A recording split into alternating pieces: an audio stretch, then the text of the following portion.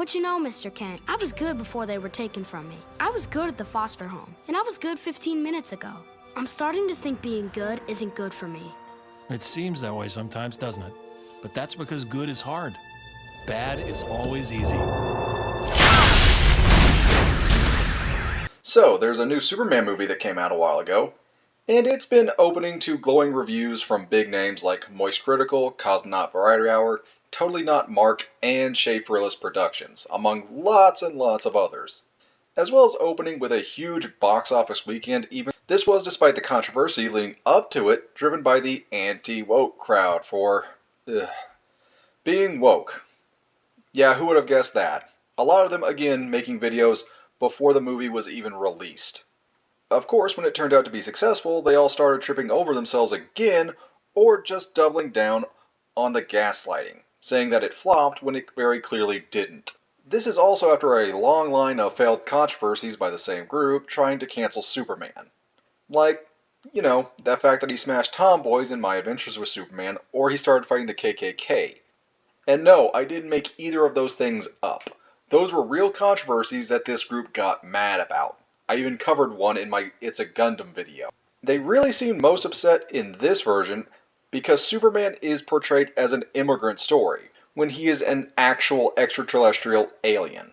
So we'll just get straight into it. James Gunn says that Superman is the story of America, as in truth, justice, and the American way. We're all in agreement, right? He says that Superman is an immigrant that came from another place. So we're already kind of getting off the track here. Superman is an alien. He's not an immigrant. He's not some Mexican guy. He's an alien from outer space. Who comes to America to live there. So he's an immigrant. Different planet. He goes on saying that for me it is Doesn't matter if he's from a different planet. He comes from one nation, moves to another nation, and lives in that second nation. He's an immigrant. That's it. Full stop.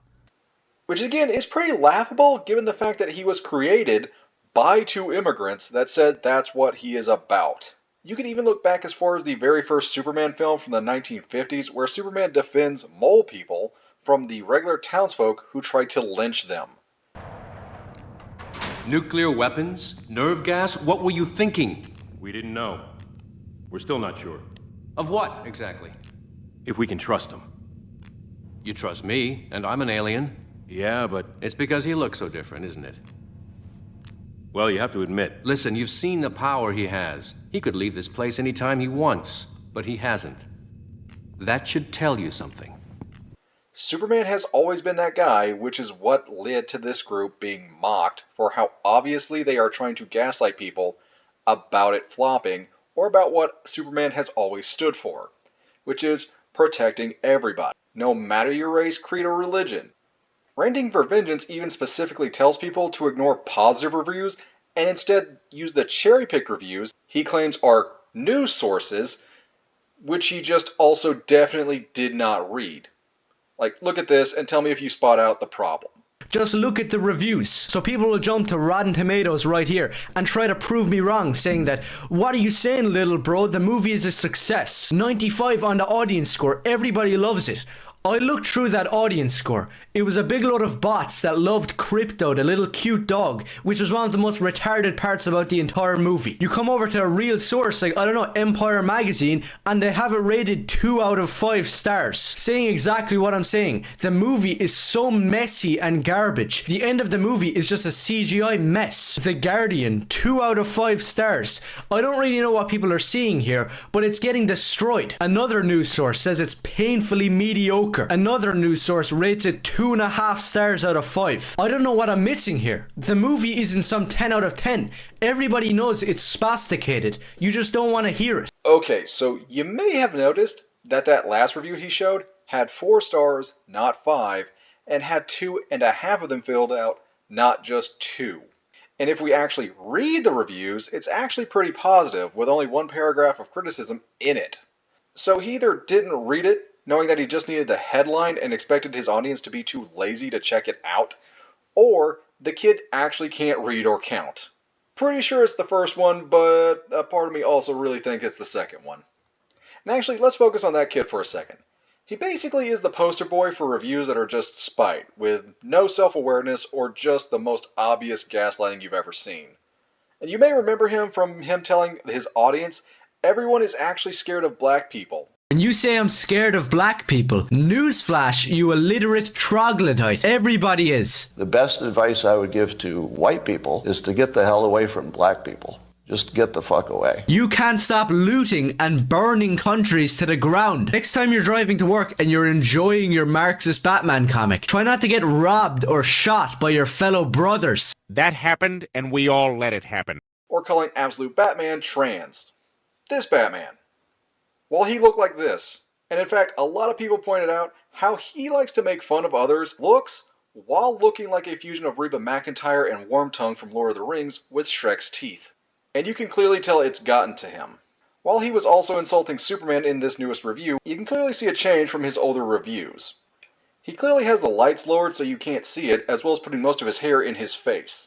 Again, in his appeal to look more masculine, instead of, just getting a man's haircut, or going to see a dentist. Or maybe just, going outside and greeting the sun one day in your life. But no, it's just easier to turn down the lights and make yourself a comb-over, apparently. He's also still very racist, but somehow worse. I mean, listen to this. Speaking of not good looks, David Corn Sweat looks about 400 pounds in the terribly made suit. There's kids all over this movie. Why do you ask? Because it's a James Gunn production. And we'll just pretend like this guy isn't a freak. Every single person in Metropolis is Indian and play really big parts in the movie. Like some random Indian convenience store worker or something comes up and just says something to Superman and ends up in the plot of the movie. The dude is the linchpin of the entire movie somehow. Some random taco vendor. Indians don't even make tacos. That's Mexican, man. You're not even good at racism anymore. Like, that's your thing. How are you fucking it up? Then he also has the gall to call the movies racist by depicting Lex's slave army of monkeys that constantly troll Superman on social media as somehow racist towards him and black people. And in that universe, Lex Luthor, who is terrible and gay, by the way, for some reason, he just shows up and shows Superman that everybody online trying to cancel Superman, typing angry comments, aren't actually real. They're a big load of monkeys typing at a keyboard. No, that's not a joke. I didn't make that up. James Gunn is saying that everybody hating and review bombing Superman are monkeys. So let me just do the math real quick. He's not only calling me and everybody who doesn't like the movie a monkey. If you're an Indian kid or if you're a black person who said something on Twitter against James Gunn, he thinks you're a monkey. And first of all, just so you know, in the movie, the monkeys are freed by Superman and can be seen playing with crypto. So what does that tell you? Second, the monkey see, monkey do has always been an old metaphor for people that just do whatever people tell them to. It's so old, even Captain America knows it. But it is powered by the cube. And I'd like to know how Loki used it to turn two of the sharpest men I know into his personal flying monkeys. Monkeys? I do not understand. I do. I understood that reference.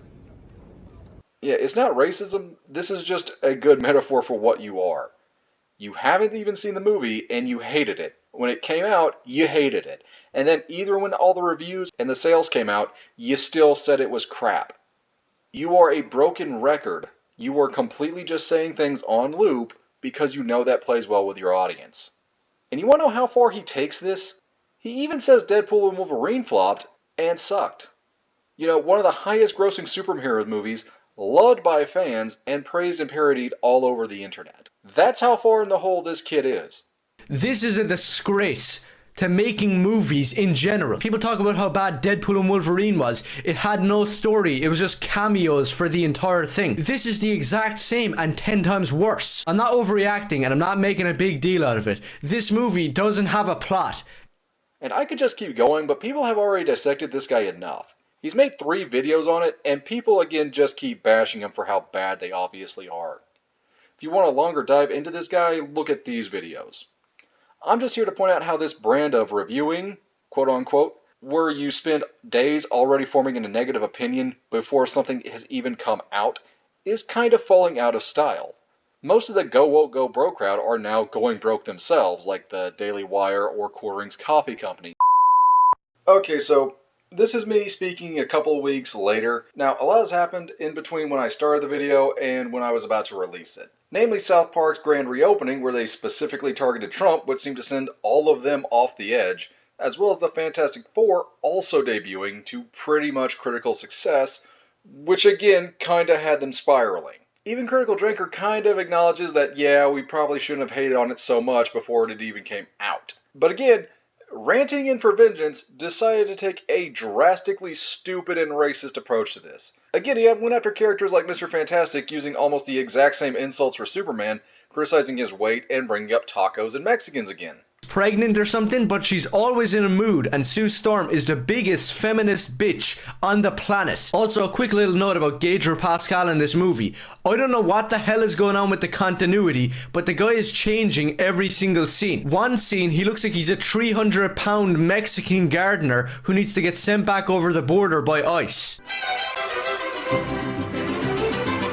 And the next, he's really skinny and weak looking, like some skeleton who didn't get his taco in time. Yeah, the man's just bringing out all his classics, although he added a new little hint of racism to this one, where his main complaint about Ben Grimm was that he looks Jewish. And that for some reason got a 4-minute rant from him about how Jewish the movie feels. I know The Thing is a Jewish character and Jack Kirby was Jewish and it was intended that way, but this movie amps it up to 11. Every scene with The Thing, he has no personality, he has no love interest or friends or anything. The dude is just some one-dimensional character whose entire personality trait is, hey look, I'm Jewish. Walking around a New York neighborhood and oh wait, look in the background, there's synagogues and Stars of David everywhere. But anyways, we'll move on before that gets a little bit too risky. Okay, now I just feel seriously ticked off. I get copyright strike for a 2-second clip of She-Ra, and I can't show my video anywhere around the globe. Meanwhile, he just says racist shit all the time about basically everybody, and for some reason he's still allowed on YouTube.